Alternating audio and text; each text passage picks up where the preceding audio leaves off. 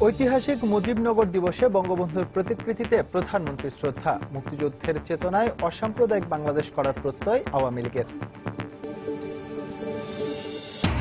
Metro রেলের মূল কাজ শুরুর আগেই দুর্ভোগ চরমে। যানজট আর ধুলার রাজ্যে অসহায় রাজধানীবাসী। সেবা সংস্থার কাজ শেষে হবে বিকল্প রুট, বলছে কর্তৃপক্ষ। বিদেশ থেকে এবার বিকাশের মাধ্যমে অর্থ পাঠাচ্ছে হুন্ডি ব্যবসায়ীরা। দ্রুত কমছে রেমিটেন্সের হার, ক্ষতিগ্রস্ত হচ্ছে এক্সচেঞ্জ হাউসগুলো। নানা প্রচেষ্টার পরও বিভিন্ন অজুহাতে জিএসপি পুনর্বহাল করছে না যুক্তরাষ্ট্র। আরও তৎপর হওয়ার তাগিদ ব্যবসায়ীদের। ভিন্নমত রয়েছে অর্থনীতিবিদদের মধ্যে। এবং অব্যাহত ভাঙনে গতিপথ পাল্টে কিছু জায়গায় পদ্মা নদী প্রবাহিত হচ্ছে ভারতীয় সীমান্তে। ভূখণ্ড ও নদীর একক আধিপত্য হারানোর আশঙ্কা।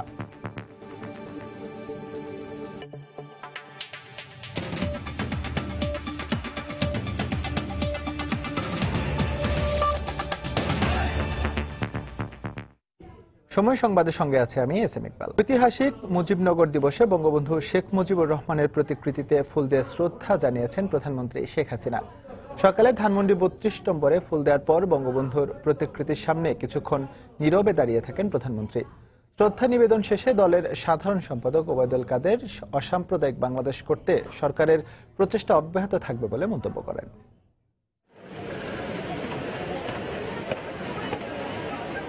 দেশের ইতিহাসের বিশেষ এই দিনটিতে বাংলাদেশের স্থপতি জাতির জনক বঙ্গবন্ধু শেখ মুজিবুর রহমানকে স্মরণ করেন প্রধানমন্ত্রী শেখ হাসিনা। শ্রদ্ধা জানান বঙ্গবন্ধুর প্রতিকৃতিতে। আওয়ামী লীগের কেন্দ্রীয় নেতাদের নিয়েও জাতির জনকের প্রতিকৃতিতে শ্রদ্ধা জানান বঙ্গবন্ধু কন্যা।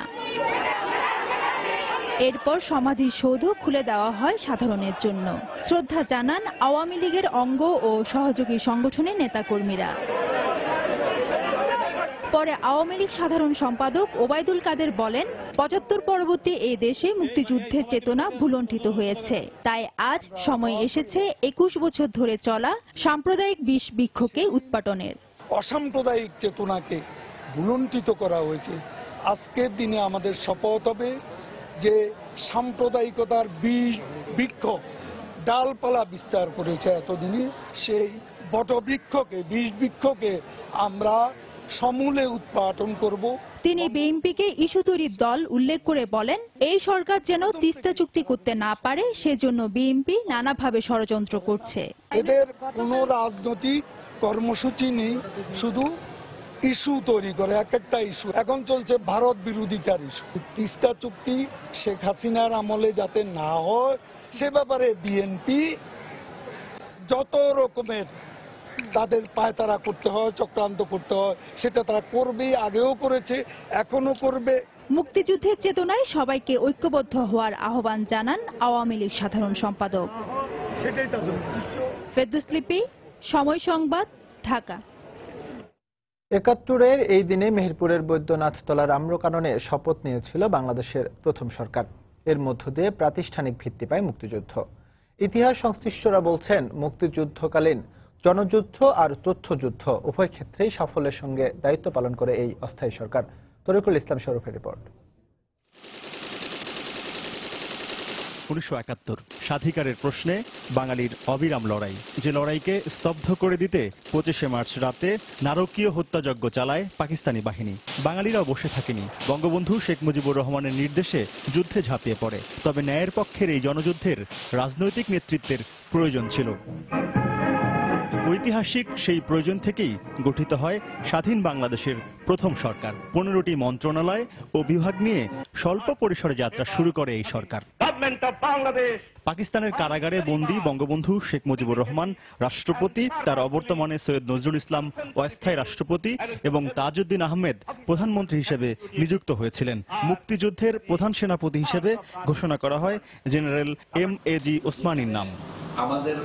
অস্থায়ী সেই সরকারের সাথে যুক্ত সাবেক এই আমলা বলেন, বঙ্গবন্ধু শেখ মুজিবুর রহমানের ৭ই মার্চের ভাষণের পরই অনানুষ্ঠানিকভাবে কাজ শুরু করে এই সরকার। আনুষ্ঠানিকভাবে মুজিবনগরে সরকার উদ্বোধন করা হয়েছে ১৭ই এপ্রিল। এর আগেই আমাদের অনেক সিদ্ধান্ত নিতে হয়েছে যেগুলো পাকিস্তান সরকারের আইন অনুসারে আদৌ বৈধ ছিল না। আমরা আশা করছিলাম যে নতুন সরকার প্রতিষ্ঠিত হবে এবং সেই সরকারের ছত্রছায়ায় আমরা কাজ করব। মুক্তিযুদ্ধকালীন অন্তর্বর্তী এই সরকার নানা সংকটের মধ্য দিয়ে গেলেও কৃতিত্বের সাথেই স্বাধীনতার সপক্ষে কূটনৈতিক তৎপরতা, আর্থিক সক্ষমতা অর্জন ও মুক্তিযোদ্ধাদের গেরিলা প্রশিক্ষণ প্রদান করে। এই সরকারে যারা সদস্য ছিলেন তারা সবাই নির্বাচিত। এই সরকারটার একটা বড় বিষয় ছিল আন্তর্জাতিক যোগাযোগগুলো রক্ষা করা। সারা দেশে তখন যুদ্ধ বিরাজ করছে, তখন আমাদের কার্যাবলীর ধরন ভিন্ন ছিল, আমাদের সম্পদও অত্যন্ত সীমিত ছিল।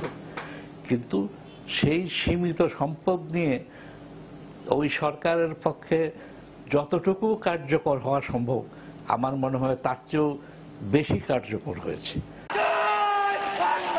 সাধারণ মানুষের মাতৃভূমির জন্য অপরিসীম দেশপ্রেম আর মুজিবনগর সরকারের দক্ষ নেতৃত্ব স্বাধীনতার যুদ্ধকে এগিয়ে নিয়ে যায় বিজয়ের পথে। বাঙালি পায় তার হাজার বছরের কাঙ্ক্ষিত স্বাধীনতা। তরিকুল ইসলাম সৌরভ, সময় সংবাদ, ঢাকা। রাজধানীবাসীর স্বপ্নের মেট্রো রেলের মূল কাজ শুরুর আগেই শুরু হয়ে গেছে অসহনীয় দুর্ভোগ। আপাতত দুর্ভোগের শিকার মিরপুরবাসী, কিন্তু পর্যায়ক্রমে যে পথে মেট্রো রেল এগোবে সে পথেই কষ্ট পোহাতে হবে নগরবাসীকে। সংশ্লিষ্টরা বলছেন, সেবা সংস্থাগুলোর লাইন সরানোর পর মূল নির্মাণ কাজ শুরু হলে দুর্ভোগ কমাতে বিকল্প রুটের ব্যবস্থা করবেন তারা। রিপোর্ট আতিকুর রহমান তমালের, ছবি তুলেছেন সাইদুল ইসলাম। এমন নড়বড়ে বাঁশের সাঁকো দিয়ে অন্যের সাহায্যে না হয় মেয়েকে পার করা গেল, কিন্তু নিজে ওপারে যাবেন কিভাবে?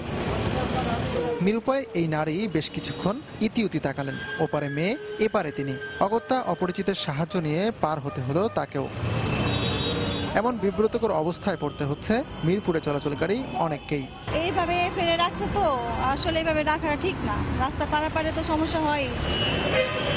মেট্রো রেলের কাজ চলবে, তাই মিরপুর 12 থেকে মিরপুর 10 পর্যন্ত রাস্তার প্রায় মাঝ বরাবর কেটে সেবা সংস্থার লাইন সরানো হচ্ছে।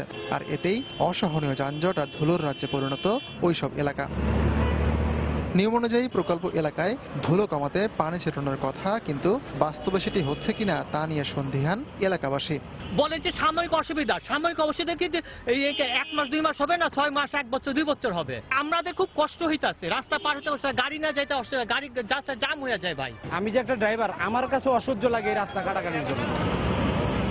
উন্নয়নের স্বার্থে দুর্ভোগের সঙ্গে সমঝোতা কিংবা দুর্ভোগকেই নিয়তি মনে করে উন্নয়নের সান্ত্বনা, যেভাবে বলুন না কেন একমাত্র ভুক্তভোগীরাই বোঝেন এর যাতনা। এমন আক্ষেপ এই এলাকার হাজারো মানুষের। এইভাবে যে আমাদের জনগণের ভোগান্তি করতেছে, এটা আমরা খুব কষ্টের ভিতরে আছি। রাস্তায় যে পরিমাণ ধুলো হচ্ছে, ধুলোয় তো অনেক খারাপ অবস্থা। যেখানে আপনার আধা ঘন্টা লাগার কথা, ওইখানে আপনার লেগে যাচ্ছে 1 থেকে 2-3 ঘন্টা লেগে যাচ্ছে। জনদুর্ভোগের কথা স্বীকার করে প্রকল্পটির পরিচালক বলছেন, এবছরের শেষে মূল কাজে হাত দেবেন তারা। সাধারণত 2 ধরনের ইউটিলিটি, এগুলি আমরা গত নভেম্বরের 1 তারিখ থেকে কাজ শুরু করেছিলাম। মোটামুটি 80% কাজ আমরা কমপ্লিট করতে পেরেছি। আশা করছি বর্ষা পুরোদমে আসার আগে আমাদের এই কাজ শেষ হবে। প্রকল্প এলাকায় দুর্ভোগ কমাতে বেশ কিছু সুপারিশ করেছিলেন বিশেষজ্ঞরা। সেসব বাস্তবায়ন হলে ভোগান্তি অনেকটাই কমবে বলেও মনে করেন তারা। কনস্ট্রাকশন চলাকালীন সময় অনেকগুলি বিকল্প পথ খোলার ব্যবস্থা করা হচ্ছে। ক্যান্টনমেন্টের সংরক্ষিত এলাকা দিয়েও জনগণকে সীমিতভাবে চলাচলের একটা ব্যবস্থা করা হবে, যেটা মহাখালী ফ্লাইওভার কনস্ট্রাকশনের সময় করা হয়েছিল আর। তাহলে আমাদের ধারণা কিছুটা হলো এই জায়গায় চাপটা কমবে। প্রায় 20 কিলোমিটার দীর্ঘ এই রেলপথের প্রথম পর্যায়ে উত্তরা থেকে আগারগাঁও পর্যন্ত। এটি চালু হবে 2019 সালের মাঝামাঝিতে। বাকি পথ অর্থাৎ আগারগাঁও থেকে মতিঝিল রুটের কাজই শুরু হবে 2019-এর পর। পুরো প্রকল্প চালু হলে উত্তরা থেকে মতিঝিল পৌঁছতে সময় লাগবে 38 মিনিট। আতিকুর রহমান তমাল, সময় সংবাদ, ঢাকা। গতকাল থেকে রাজধানীতে সিটিং সার্ভিস বন্ধ রয়েছে। আজও যাত্রীদের অভিযোগ, দূরত্ব অনুযায়ী ভাড়া আদায়ে বিআরটি এর নির্দেশনা মানছেন না চালক ও সহকারীরা। এদিকে সকাল থেকে গণপরিবহন কিছুটা কম থাকায় দুর্ভোগে পড়েছেন অফিসগামী যাত্রীরা। বিভিন্ন রুটের যাত্রীদের অভিযোগ, বিআরটি এর নির্ধারিত ভাড়ার চেয়ে বেশি ভাড়া আদায় করা হচ্ছে। এমনকি কোনো কোনো বাসে বিআরটি এর নির্ধারিত ভাড়ার তালিকাও নেই। বাসের চালক ও সহকারীরা বলছেন, কোম্পানি থেকে ভাড়ার যে তালিকা আগে দেয়া ছিল তা এখনো রয়েছে, তাই আগের ভাড়ায় নিচ্ছেন তারা।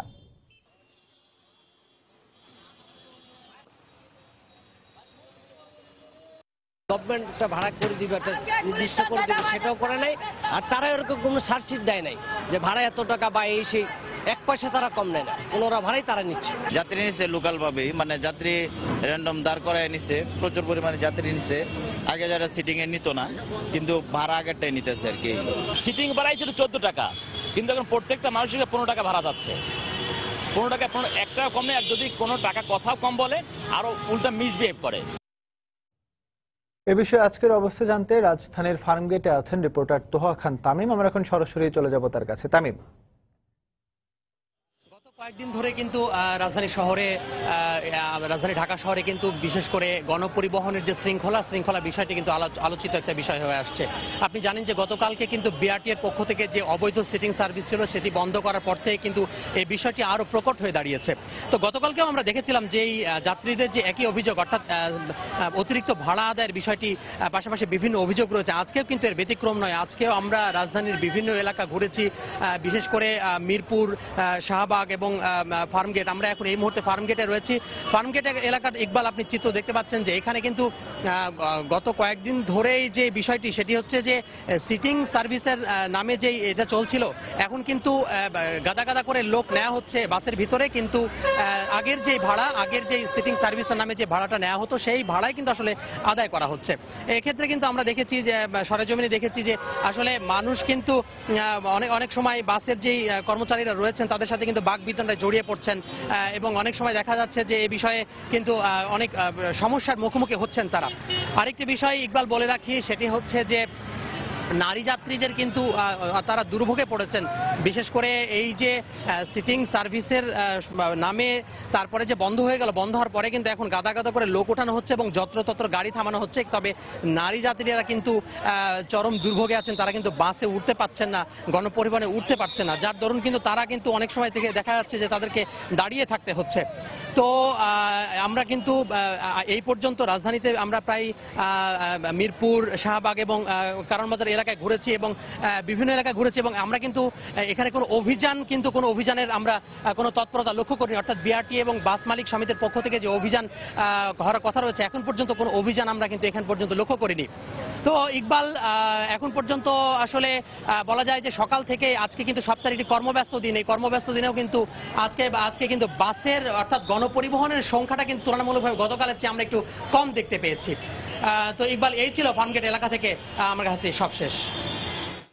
দর্শক, গণপরিবহনে ভাড়া আদায়ে যে অনিয়ম চলছে তার সবশেষ খবর জানাতে ফার্মগেট এলাকা থেকে আমাদের সঙ্গে যোগ দিয়েছিলেন সহকর্মী তোহা খান তামিম। সময় সংবাদ আরো থাকছে। আমদানি অনুযায়ী পণ্য ডেলিভারি না হওয়ায় চট্টগ্রাম বন্দরে আবারও কন্টেইনার জট, সারচার্জ ও মাসুল আরোপের শঙ্কায় ব্যবসায়ীরা। বাংলাদেশে বৈদেশিক মুদ্রা রিজার্ভে সবচেয়ে বেশি ভূমিকা রাখেন প্রবাসীরা, কিন্তু নানা কারণে এই রেমিটেন্সের হার কমছে দিন দিন। এর অন্যতম কারণ হুন্ডি ব্যবসায়ীরা এখন অর্থ লেনদেনে ব্যবহার করছেন বিকাশ পদ্ধতি, অথচ বিদেশ থেকে বিকাশের মাধ্যমে অর্থ লেনদেন সম্পূর্ণ অবৈধ। বিষয়টি খতিয়ে দেখতে এরই মধ্যে তদন্তে নেমেছে ব্রিটিশ সরকার। তানভীর হাসানের ক্যামেরায় আরো জানাচ্ছেন শোয়েব কবির।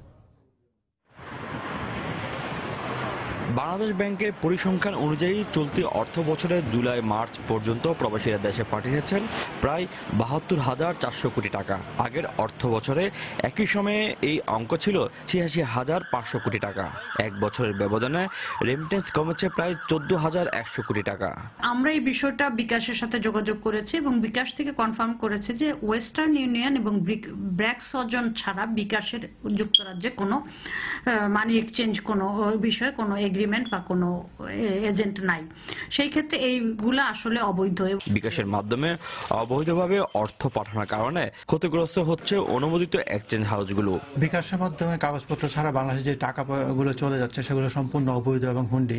এতে করে বাংলাদেশ সরকার এবং বাংলাদেশ সরকার কর্তৃক অনুমোদিত যে এক্সচেঞ্জ হাউসগুলো এখানে আমরা আছি তারা দারুণভাবে ক্ষতিগ্রস্ত হচ্ছে। তবে কোনো প্রকার নিয়ম নীতি কিংবা কাগজপত্রের প্রয়োজন না থাকায় প্রবাসীরা বিকাশের মাধ্যমে রেমিটেন্স পাঠাচ্ছেন। বিকাশে টাকাগুলো পাঠাইতে কোনো কাগজপত্র লাগে না, কোনো ঝামেলা নাই, সহজে পাঠানো যায় এবং সহজে ওইখানে টাকা রিসিভ করতে পারে। বর্তমানে বাংলাদেশে বিকাশের নিবন্ধিত গ্রাহক সংখ্যা 2,70,00,000 ও দেশব্যাপী 1,65,000 এজেন্ট রয়েছে বলে বিকাশ সূত্রে জানা গেছে। দেশের জেলা উপজেলা থেকে শুরু করে প্রত্যন্ত অঞ্চলে ছড়িয়ে পড়েছে মোবাইল ব্যাংকিং সিস্টেমে বিকাশের মাধ্যমে হুন্ডির শক্তিশালী নেটওয়ার্ক। হুন্ডির এই নতুন মাধ্যম নিয়ে উদ্বিগ্ন বাংলাদেশ ব্যাংক। লেনদেন খুব সহজ হওয়ায় বিদেশ থেকে প্রতি বছর হুন্ডির মাধ্যমে বিপুল সংখ্যক রেমিটেন্স পাঠাচ্ছে প্রবাসীরা। আর হুন্ডি ব্যবসায়ীরা অর্থ লেনদেনের আধুনিক মাধ্যম হিসেবে বেছে নিয়েছে বিকাশকে। লন্ডনের বাংলাদেশ হাইকমিশনের অভিযোগের ভিত্তিতে রেমিটেন্স পেয়ানের ক্ষেত্রে অবৈধভাবে বিকাশকে ব্যবহারের বিষয়ে তদন্তে নেমেছে ব্রিটিশ সরকার। শোয়েব কবির, সময় সংবাদ, লন্ডন। মাছে ভাতে বাঙালি, মাছ ছাড়া বাঙালির খাদ্য তালিকা ভাবাই যায় না। দেশের সামুদ্রিক মাছের চাহিদার একটি বড় অংশ আসে দক্ষিণের জেলা বরগুনার পাথরঘাটা মৎস্য অবতরণ কেন্দ্র থেকে। প্রতিদিন হাজার হাজার মন সামুদ্রিক নানা প্রজাতির মাছ ওঠে সেখানে। মাছ বেচা কেনা ও দেশের বিভিন্ন স্থানে সরবরাহকে কেন্দ্র করে জীবিকা নির্বাহ করছে লক্ষাধিক মানুষ। মৎস্যজীবীরা বলছেন সুযোগ সুবিধা বাড়ালে আরো ভালো অবদান রাখবে এই অবতরণ কেন্দ্র। SM সিফাতের তোলা ছবিতে ইমাজিনের রিপোর্ট। বরগুনার পাথরঘাটা মৎস্য অবতরণ কেন্দ্র সমুদ্র থেকে খুব কাছে হওয়ায় জেলেরা সমুদ্রে মাছ শিকার শেষে সহজে এখানে এসে মাছ বিক্রি করেন। অবতরণ কেন্দ্রের জেটিতে ট্রলার ভিড়লেই শ্রমিকরা তড়িঘড়ি করে ট্রলার থেকে মাছ তুলে অবতরণ কেন্দ্রে ওঠান। পরে আড়তদারদের মাধ্যমে নিলামে মাছ কেনেন পাইকাররা। বরফ দিয়ে প্রক্রিয়াজাত করে দেশের বিভিন্ন স্থানে মাছ পাঠান তারাই। জেটি ও অকশন শেড সম্প্রসারণ ও মাছ পরিবহনের রাস্তার উন্নয়ন করা গেলে পাথরঘাটা মৎস্য অবতরণ কেন্দ্র মৎস্য শিল্পে আরো ভালো অবদান রাখতে পারবে বলে মনে করেন মৎস্যজীবীরা। বিদ্যুৎটা সময় মতো অনেক সময় থাকে না। বিদ্যুৎটা যদি থাকে বরফটা কিন্তু পাওয়া যায়, একটু কমে পাওয়া যায়। রাস্তাঘাটে লোড দিলে একটা ট্রাকে মাছ থাকে 20 টন 25 টন মাল থাকে, ও নিয়ে রাস্তায় গাড়ি গাড়িয়ে যায়। গাড়ি গেলে প্রত্যেকটা পাইকার সমস্যায় পড়ে। ফেরিঘাট আমাদের সমস্যা হয়, ওখানে একটা ফেরি এবং টাইম টু টাইম ফেরি চলে না। জেলা প্রশাসনের শীর্ষ কর্মকর্তা জানালেন মৎস্য শিল্পের প্রসারে প্রশাসন কাজ করছে। জায়গাটা বেশ কনজেস্টেড, তো এখানে এর এরিয়াটা যদি একটু বাড়ানো যায় এবং সুযোগ সুবিধাগুলো যদি বাড়ানো যায় তাহলে এখানে আরো প্রচুর পরিমাণে মাছ আসবে এবং সেটি দেশে বিদেশে পাঠানো সম্ভব হবে। এ ব্যাপারে আমরা ব্যবস্থা গ্রহণ করব। এখানে বিক্রি হওয়া মাছের মূল্যের শতকরা 1 টাকা 25 পয়সা হারে রাজস্ব আদায় করা হয়। এখান থেকে প্রতি বছর প্রায় 2 কোটি টাকা আয় হয় সরকারের। এম.এ. আজিম, সময় সংবাদ, বরগুনা। গেল কয়েক বছরে প্রমত্তা পদ্মার গতিপথ পরিবর্তন হয়ে চলে যাচ্ছে ভারতীয় সীমান্তে, রূপ নিচ্ছে যৌথ নদীতে। এতে রাজশাহী সীমান্তে ভূখণ্ড হারানোর ঝুঁকিতে পড়েছে বাংলাদেশ। এ কারণে নানা সমস্যার সম্মুখীন হতে হচ্ছে চরাঞ্চলের বাসিন্দাদের। বিশেষজ্ঞরা বলছেন বর্ষা এবার নদীর ভাঙন ঠেকানো না গেলে ভূখণ্ড হারানোর পাশাপাশি পদ্মার একক আধিপত্য হারাতে হবে বাংলাদেশকে। হাবিবুর রহমান পাপ্পুর তোলা ছবিতে বিস্তারিত জানাচ্ছেন সাইফুর রহমান রকি। বছর 10 আগে শুষ্ক মৌসুমীয় পদ্মায় থই থই করত পানি, কিন্তু এখন সে চিত্র বদলে গেছে। শহর রক্ষা বাঁধ থেকে প্রায় 5 কিলোমিটার দক্ষিণে চলে গেছে নদীর গতিপ্রবাহ। ফারাক্কা গেট খুলে দেয় বর্ষা মৌসুমে রাজশাহী অঞ্চলে পদ্মা নদীর পানি বিপদসীমার উপর দিয়ে প্রবাহিত হয়। তখন প্রমত্তা এ নদীর বিপুল স্রোতে কখনো শহর রক্ষা বাঁধ, কখনো বা ভাঙন ধরে দক্ষিণ চরাঞ্চলে। গেল কয়েক বছরের অব্যাহত ভাঙনের ফলে এখন মূল শহর থেকে নদীর গতিপথ পরিবর্তন হয়ে বিপরীত দিকে প্রবাহিত হচ্ছে। এতে দক্ষিণ চরাঞ্চল খানপুর, খিদিরপুর ও চরমাজার দিয়ার সংলগ্ন সীমান্ত রেখা অতিক্রম করে কোনো কোনো জায়গায় নদীর গতিপ্রবাহ ভারতীয় সীমান্ত রেখার মধ্যে ঢুকে পড়েছে। ওই অংশে প্রবেশে নিষেধাজ্ঞা থাকায় জেলে ও চরাঞ্চলের বাসিন্দাদের নানা হয়রানির শিকার হতে হচ্ছে। নদীটা আগে ছিল হচ্ছে শহরের কেন্দ্রস্থলে, এখন আমাদের এদিকে পদ্মার চরে এসে এটা ভাঙে আপনার ইন্ডিয়ার কাছাকাছি চলে গেছে। এখন আমাদের যেটা নদীর যা গতি তাতে আমাদেরকে ইন্ডিয়ার ভিতর দিয়ে ঢুকতে হয়েছে। যেভাবে ভাঙনের চাপ তাতে ভাঙতে ভাঙতে বেশি আমরা ধরেন ইন্ডিয়ার মধ্যে চলে যাই। আসলে ইন্ডিয়া তো আমাদেরকে নিবে না। বিশেষজ্ঞরা বলছেন এ অবস্থা চলতে থাকলে নিজেদের ভূখণ্ড হারানোর পাশাপাশি পদ্মার একক আধিপত্যও হারাতে হবে বাংলাদেশকে। যদি নদী সম্পূর্ণভাবে ভারতের সীমানার অন্তর্ভুক্ত হয়ে যায় তাহলে তো ভৌগোলিকভাবে আমরা তো সেই ভৌগোলিক সীমারেখা অতিক্রম করতে পারবো না। সেক্ষেত্রে তো আমাদের আধিপত্য খর্ব হবে। রিভার ড্রেজিং এর যে বিষয়টা, এটা করলে হয়তো আমরা এখন আমাদের নদীটাকে আমাদের দিকে রাখতে পারবো। তবে সংকট উত্তরণে আগামী বছর থেকে নদীতে নিয়মিত ড্রেজিং করার কথা জানান পানি উন্নয়ন বোর্ডের এই প্রকৌশলী। আপাতত আমরা ওইখানে যাচ্ছি না, আমরা লেপটাকে আরো বেশি সুদৃঢ় করে ড্রেজিং করে দিতে চাই, যেন আর রাইটে না ভাঙে, চরটা না ভাঙে। পানি উন্নয়ন বোর্ড জানিয়েছে বর্ষায় ফারাক্কা দিয়ে আসা 1.5 বিলিয়ন টন পলিমাটি জমে শুষ্ক মৌসুমে নদীর বুকে জাগে বিশাল চর। সাইফুর রহমান রকি, সময় সংবাদ, রাজশাহী। সময় সংবাদে আরো থাকছে, বগুড়ায় বাস নিয়ন্ত্রণ হারিয়ে খাদে পড়ে 3 জন নিহত, আহত আরো অন্তত 30। দ্রুত গতির কারণেই দুর্ঘটনা বলছেন যাত্রীরা।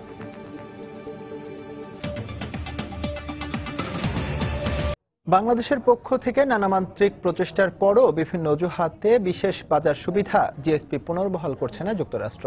ব্যবসায়ীরা বলছেন, মার্কিন বাজারে জিএসপি সুবিধা আদায় করতে পারলে পোশাক খাতের স্বচ্ছ ইমেজ প্রতিষ্ঠায় এক ধাপ এগিয়ে যাবে বাংলাদেশ। এই সুবিধা আদায়ে প্রচেষ্টা অব্যাহত রাখার প্রশ্নে ভিন্ন মত রয়েছে অর্থনীতিবিদদের মধ্যে। বিস্তারিত জানাচ্ছেন কামরুল হাসান সবুজ। বিশ্ব বাণিজ্য সংস্থা ডব্লিউটিওর বিধান অনুযায়ী উন্নত দেশে পণ্য রপ্তানির ক্ষেত্রে জিএসপি পায় স্বল্পোন্নত দেশগুলো। সে নিয়মে যুক্তরাষ্ট্রের বাজারে তৈরি পোশাক সহ বেশ কিছু পণ্যে এই সুবিধা পেয়ে আসছিল বাংলাদেশ। তবে 2013 সালের মাঝামাঝি কারখানার কমপ্লায়েন্স ইস্যুতে পোশাক রপ্তানিতে জিএসপি স্থগিত করে মার্কিন প্রশাসন। এরপর পেরিয়ে গেছে প্রায় 3.5 বছর। শর্তের প্রায় সবকটি পূরণ করলেও ফেরত পাওয়া যায়নি এই বাজার সুবিধা।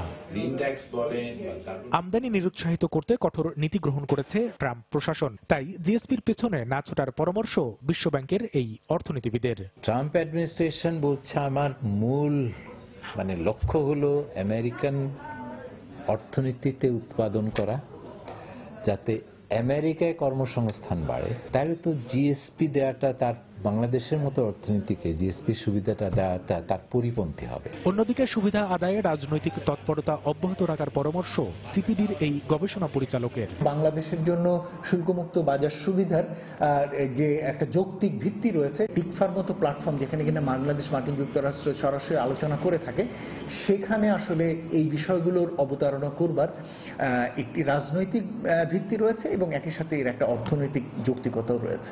ব্যবসায়ীরা বলছেন, দেশের অর্থনীতিতে মার্কিন জিএসপির বড় প্রভাব নেই, তবে বিশ্বের অন্যান্য বাজারে এই ইস্যু পোশাক শিল্পের অগ্রগতি প্রশ্নের মুখে ফেলতে পারে বলে আশঙ্কা তাদের। আমরা যে বিলিয়নস অফ ডলারে যে অন্যান্য জায়গাতে আমরা যে জিএসপি সুবিধাগুলো পাচ্ছি, তারা কোনো কারণে এই যে আমাদের জিএসপিটা আমেরিকা থেকে না পাওয়াকে যদি একটা দৃষ্টান্ত কিংবা একটা রেফারেন্স হিসাবে নিয়ে যায়, সেটা আমাদের জন্য কিন্তু সাংঘাতিক রকমের বিপর্যয় হবে। রপ্তানি আয় বাড়াতে বাজার সুবিধার পাশাপাশি ইউরোপ আমেরিকার বাইরে নতুন বাজার সৃষ্টিতে বেশি মনোযোগী হওয়ার পরামর্শ অর্থনীতিবিদদের।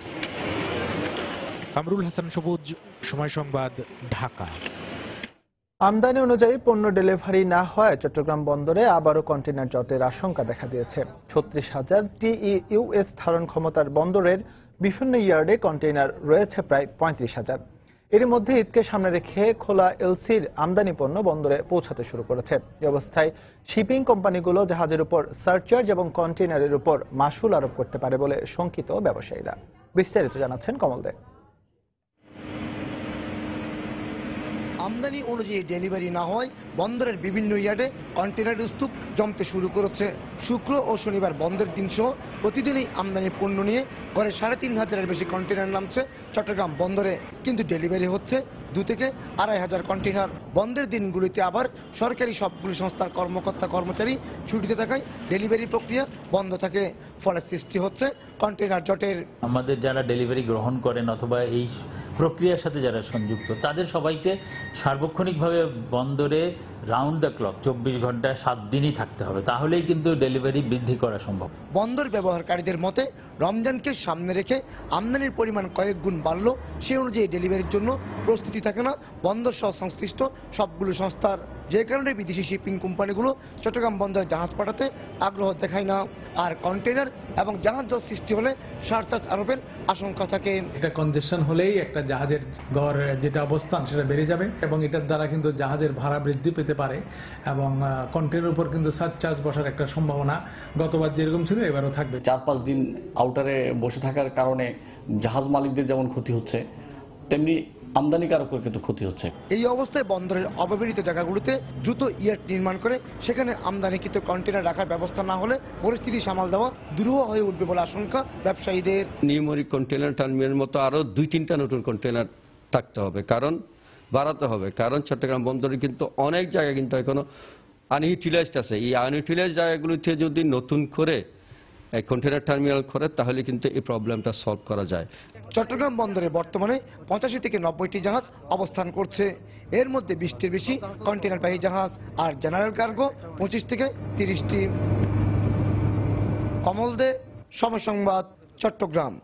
বগুড়ায় একটি বাস নিয়ন্ত্রণ হারিয়ে খাদে পড়ে 3 জন নিহত হয়েছেন। এ ঘটনায় আহত হয়েছেন আর অন্তত 30 জন। গতরাতে শেরপুর উপজেলার বাজার এলাকায় এ দুর্ঘটনা ঘটে। হাইওয়ে পুলিশ ও ফায়ার সার্ভিস জানায় রাতে 50 জন যাত্রী নিয়ে গাইবান্ধা থেকে ঢাকায় আসছিল একটি বাস। এটি শেরপুরের বাজার এলাকায় পৌঁছলে নিয়ন্ত্রণ হারিয়ে তা খাদে পড়ে যায়। এতে ঘটনাস্থলেই 3 জন নিহত হন। আহত হন আরও অন্তত 30 জন। পরে ফায়ার সার্ভিস কর্মীরা আহতদের উদ্ধার করে শেরপুর উপজেলা স্বাস্থ্য কমপ্লেক্স ও বগুড়ার শহীদ জিয়াউর রহমান মেডিকেল কলেজ হাসপাতালে ভর্তি করে। দ্রুত গতিতে গাড়ি চালানো ও অসতর্কতার কারণেই এ দুর্ঘটনা ঘটেছে বলে অভিযোগ করেছেন আহত যাত্রীরা।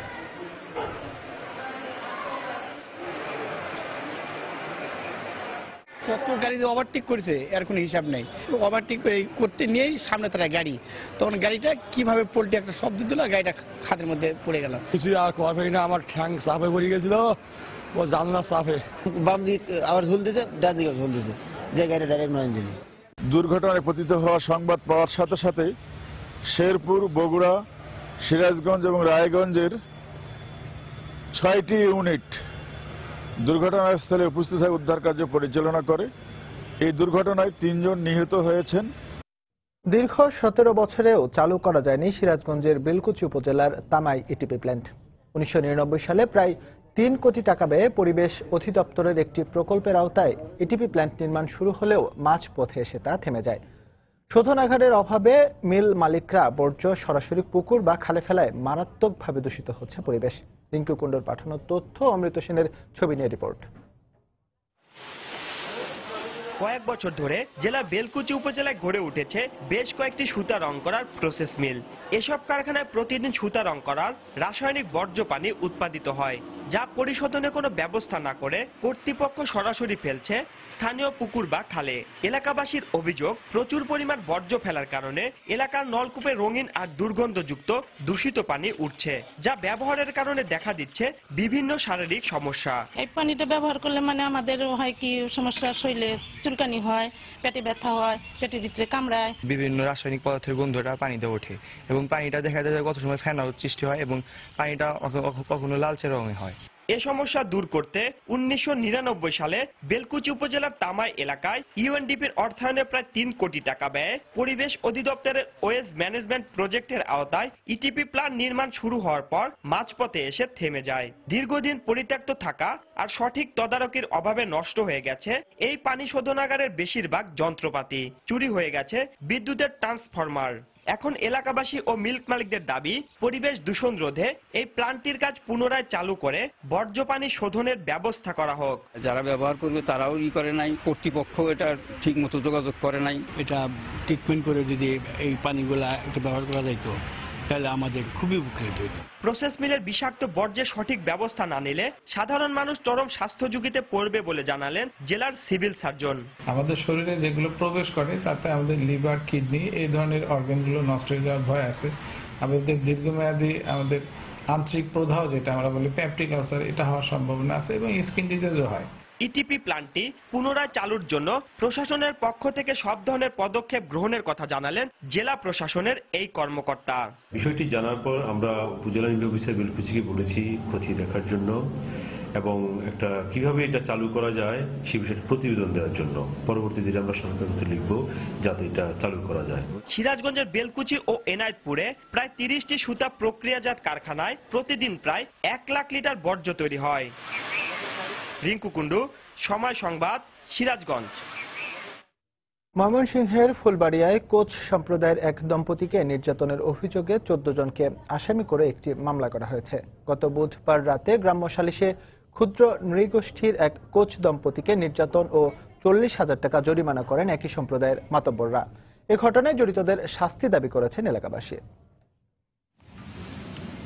ময়মনসিংহের ফুলবাড়িয়া উপজেলার হাতিলেটি গ্রামের কোচ সম্প্রদায়ের কয়েস চন্দ্রের পরিবারের সাথে পাশের গ্রামের মুসলিম ইবির আলীর সুসম্পর্ক গড়ে ওঠে। এতে ক্ষুব্ধ হয়ে কোচ সম্প্রদায়ের মাতুবররা কয়েস চন্দ্র কোচের স্ত্রীর সাথে ইবির আলীর অনৈতিক সম্পর্কের অভিযোগ তুলে বুধবার রাতে সালিশ ডাকে। এ সময় কয়েস কোচ ও তার স্ত্রী লক্ষ্মীরানীর মাথা নেড়া করে নির্যাতন চালানো হয়। মারপিট করলো, মারপিট কইরা বলে চুল কাটা দেন, চুল কাটা দিল, চুল কাটা এরা পরে জরিমানা দিল, জরিমানা দিরা 40,000 টাকা দিয়ে না দেয় তাহলে 5 গ্রামে খাওয়া নাকবো। এ ঘটনায় জড়িতদের শাস্তির দাবি জানিয়েছেন এলাকাবাসী সহ স্থানীয় জনপ্রতিনিধিরা। তারা যে শাস্তিটা দিয়েছে, মাথার চুল কাটছে, এটা দৃষ্টান্তমূলক শাস্তি চাই এবং আমরা বিচার চাই। আমরা মেম্বার আছি, চেয়ারম্যান আছে এলাকায়, তাদেরকে না জানিয়ে যে ঘটনাটা ঘটাইছে তারা অন্যায় করছে। এ ব্যাপারে আইনগত ব্যবস্থা নেওয়া হবে বলে জানিয়েছে উপজেলা প্রশাসন। বিধি মোতাবেক অবশ্যই ব্যবস্থা নিব, কারণ এটি আমার কাছে মনে হয়েছে যে এটি একটি আইন বহির্ভূত কাজ। আমরা ব্যবস্থা গ্রহণ করব। টিম নিয়ে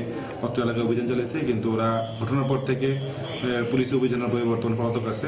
রোববার রাতে 14 জনকে আসামি করে ফুলবাড়িয়া থানায় মামলা দায়ের করেন নির্যাতিতা লক্ষ্মীরানী। হারুনুর রশিদ, সময় সংবাদ, ময়মনসিংহ। প্রকৃতির অপার সৌন্দর্য থাকা সত্ত্বেও শুধু রক্ষণাবেক্ষণ আর অনুন্নত যোগাযোগের কারণে পিছিয়ে পড়ছে সিলেটের পর্যটন খাত।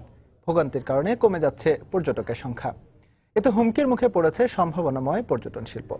সরকারি প্রতিষ্ঠান পর্যটন কর্পোরেশনও বলছে ব্যবসায় রীতিমতো ধস নেমেছে। যদিও প্রশাসনের দাবি পর্যটন বর্ষে এ খাতে ব্যাপক উন্নতি হয়েছে। দিগেন সিংহের ক্যামেরায় বিস্তারিত আব্দুল আহাদের রিপোর্টে। পর্যটকদের আকৃষ্ট করতে 2016 সাল ছিল সরকার ঘোষিত পর্যটন বর্ষ। তারপর দিন গড়িয়ে বছর শেষ, কিন্তু সিলেটের পর্যটন খাতে ছিটেফোঁটো উন্নয়ন হয়নি। উল্টো বিপর্যয়ের মুখে পর্যটন শিল্প। বিছনাকান্দি, পান্থুমাই, রাতারগুল আবিষ্কারের পর কবছর আগেও শুধু পর্যটন মৌসুম নয়, সারা বছর সিলেটে ভিড় করতেন পর্যটকরা। পর্যটকদের স্রোত দেখে শত শত হোটেল, মোটেল ও রিসোর্ট গড়ে ওঠে। কিন্তু অনুন্নত যোগাযোগের কারণে ধীরে ধীরে এসব পর্যটন কেন্দ্র থেকে মুখ ফিরিয়ে নিচ্ছেন মানুষ। পর্যটন কর্পোরেশনও এ ব্যাপারে একমত।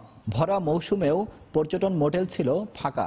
শুধু এই রাস্তার কারণেই আমি বলবো যে সিলেটের পর্যটন খাতে আসানোর ব্যবসা তো দূরের কথা, একেবারে ধস বলা চলে। নতুন আবিষ্কৃত পর্যটন স্পটগুলো আকৃষ্ট করে প্রবাসীদেরও, কিন্তু একবার যাওয়ার পর তিক্ত অভিজ্ঞতার কারণে সেখানে যেতে আগ্রহী নন কেউ।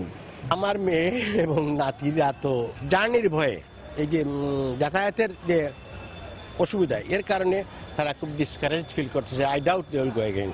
সিলেটের পর্যটন শিল্প নিয়ে কাজ করা শাহজালাল বিশ্ববিদ্যালয়ের সিভিল ইঞ্জিনিয়ারিং বিভাগ বলছে, পর্যটনের সবকিছু থাকার পরও শুধুমাত্র পরিকল্পনার অভাবে এই দুরবস্থা। তবে জেলা প্রশাসনের দাবি, পর্যটন বর্ষে সরকার অনেক কিছু করেছে।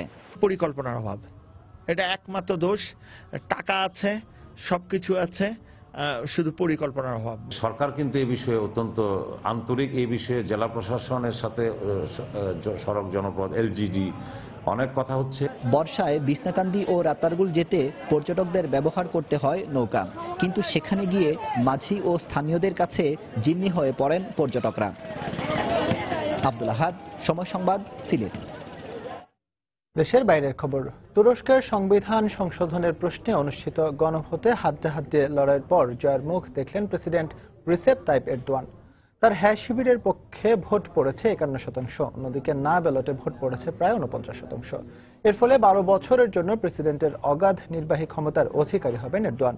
ভোটে কারচুপি হয়েছে উল্লেখ করে 60% ভোট পুনর্গণনার দাবি জানিয়েছে বিরোধী দল।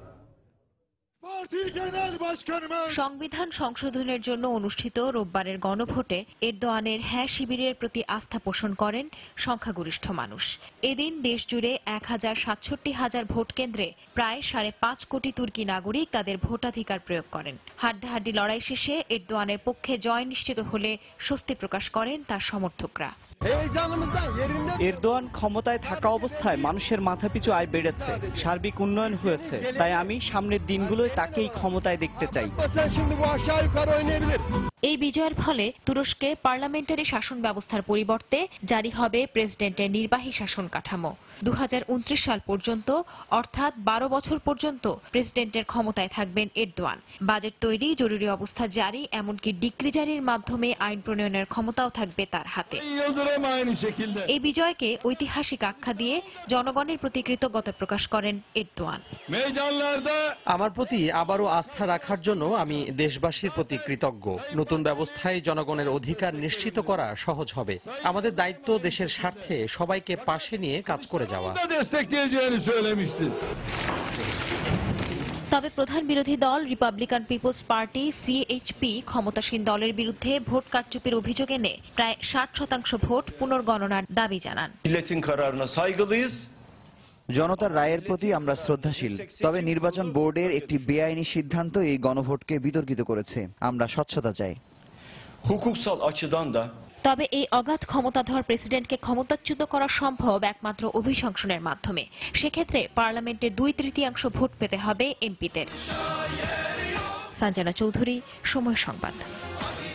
ইংলিশ প্রিমিয়ার লিগের খবর, ফিরমিনোর করা একমাত্র গোলে ওয়েস্ট ব্রমউইচকে 1-0 গোলে হারিয়েছে লিভারপুল। এ জয়ে ম্যানচেস্টার সিটিকে পেছনে ফেলে শীর্ষ 3-এ উঠে এসেছে অলরেডরা।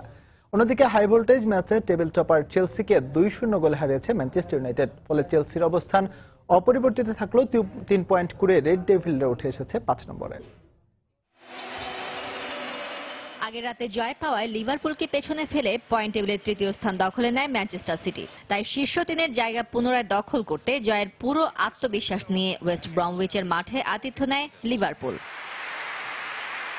মিলনার, উইজনালডাম, কোতিনহোদের সমন্বয়ে পরিপূর্ণ দল নিয়ে এদিন ওয়েস্ট ব্রমউইচের মুখোমুখি হয় লিভারপুল। কিন্তু স্বাগতিকদের শক্ত রক্ষণ ভাগের সামনে এদিন যেন নিজেদের খোলস ছেড়েই বেরোতে পারছিল না অলরেডরা। তাই তো গোলের দেখা পেতে তাদের অপেক্ষা করতে হয়েছে প্রথমার্ধের যোগ করা সময় পর্যন্ত। মিলনারের ফ্রি কিক লুকাস হয়ে শেষ পর্যন্ত ফিরমিনোর হেডে গোলে রূপ নেয়। চলতি মৌসুমে লিগের হয়ে যা ফিরমিনোর করা 11তম গোল। দ্বিতীয়ার্ধে ফিরেও স্বাগতিকদের সামনে খুব একটা সুবিধা করতে পারেনি লিভারপুল। আক্রমণের ধার বাড়ালেও ফিনিশিং এর অভাবে বারবার হতাশ হতে হয় তাদের। এমনকি ম্যাচ শেষে যোগ করার সময়ে ফাঁকা গোলপোস্ট পেয়েও সুযোগটা কাজে লাগাতে পারেনি অতিথিরা। তাই ওই 1 গোলের জয় নিয়ে শেষ পর্যন্ত সন্তুষ্ট থাকতে হয় ইয়র্গেন ক্লপের শিষ্যদের। এদিকে ওল্ড ট্রাফোর্ডে হাই ভোল্টেজ ম্যাচে চেলসির মুখোমুখি হয় ম্যানচেস্টার ইউনাইটেড, যেখানে টেবিল টপার চেলসির জন্য শীর্ষস্থান পোক্ত করার মিশন হলেও স্বাগতিকদের জন্য তা পয়েন্ট টেবিলে এগিয়ে যাওয়ার মিশন। তাই তো ঘরের মাঠের সুবিধা কাজে লাগিয়ে ম্যাচের 7 মিনিটে রাশফোর্ডের গোলে লিড নেয় ম্যান ইউনাইটেড। লিড নিয়েই বিরতিতে যায় পগবা, ডি হিয়ারা। বিরতির পর ফিরে লিড দ্বিগুণ করতে বেশি সময় নেয়নি স্বাগতিকরা। ম্যাচের 49 মিনিটেই হেরেরার গোলে ব্যবধান 2-0 করে হোসে মরিনহোর দল। এরপর ইব্রাহিমোভিচদের মাঠে নামিয়েও আর গোলের দেখা পায়নি ইউনাইটেড। অন্যদিকে স্বাগতিকদের রক্ষণদুর্গ ভাঙতে পারেনি ব্লুরা। ফলে বিনা পয়েন্টে মাঠ ছাড়তে হয় অ্যান্টনিও কন্তের শিষ্যদের। আর শীর্ষ 5-এ ওঠার আনন্দে মাতে ম্যানচেস্টার ইউনাইটেড। ফারজানা মুমু, সময় সংবাদ। এ পর্যায়ে শীর্ষ সংবাদ জানিয়ে দিচ্ছি আরেকবার। ঐতিহাসিক মুজিবনগর দিবসে বঙ্গবন্ধুর প্রতিকৃতিতে প্রধানমন্ত্রীর শ্রদ্ধা। মুক্তিযুদ্ধের চেতনায় অসাম্প্রদায়িক বাংলাদেশ করার প্রত্যয় আওয়ামী লীগের। মেট্রো রেলের মূল কাজ শুরুর আগেই দুর্ভোগ চরমে। যানজট আর ধুলার রাজ্যে অসহায় রাজধানীবাসী। সেবা সংস্থার কাজ শেষে হবে বিকল্প রুট, বলছে কর্তৃপক্ষ। বিদেশ থেকে এবার বিকাশের মাধ্যমে অর্থ পাঠাচ্ছে হুন্ডি ব্যবসায়ীরা। দ্রুত কমছে রেমিটেন্সের হার। ক্ষতিগ্রস্ত হচ্ছে এক্সচেঞ্জ হাউসগুলো। নানা প্রচেষ্টার পরও বিভিন্ন অজুহাতে জিএসপি বহাল করছে না যুক্তরাষ্ট্র। আরও তৎপর হওয়ার তাগিদ ব্যবসায়ীদের। ভিন্ন মত রয়েছে অর্থনীতিবিদদের মধ্যে। এবং অব্যাহত ভাঙনে গতিপথ পাল্টে কিছু জায়গা পদ্মা নদী প্রবাহিত হচ্ছে ভারতীয় সীমান্তে। ভূখণ্ড হারানোর আশঙ্কা।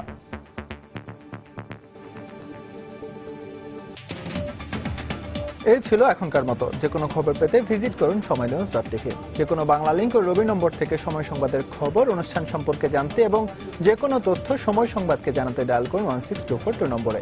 এছাড়া এইমাত্র পাওয়া খবর আপনার মোবাইল ফোনে পেতে SMS করুন *BN লিখে পাঠিয়ে দিন 16242 নম্বরে। সঙ্গে থাকুন সময়।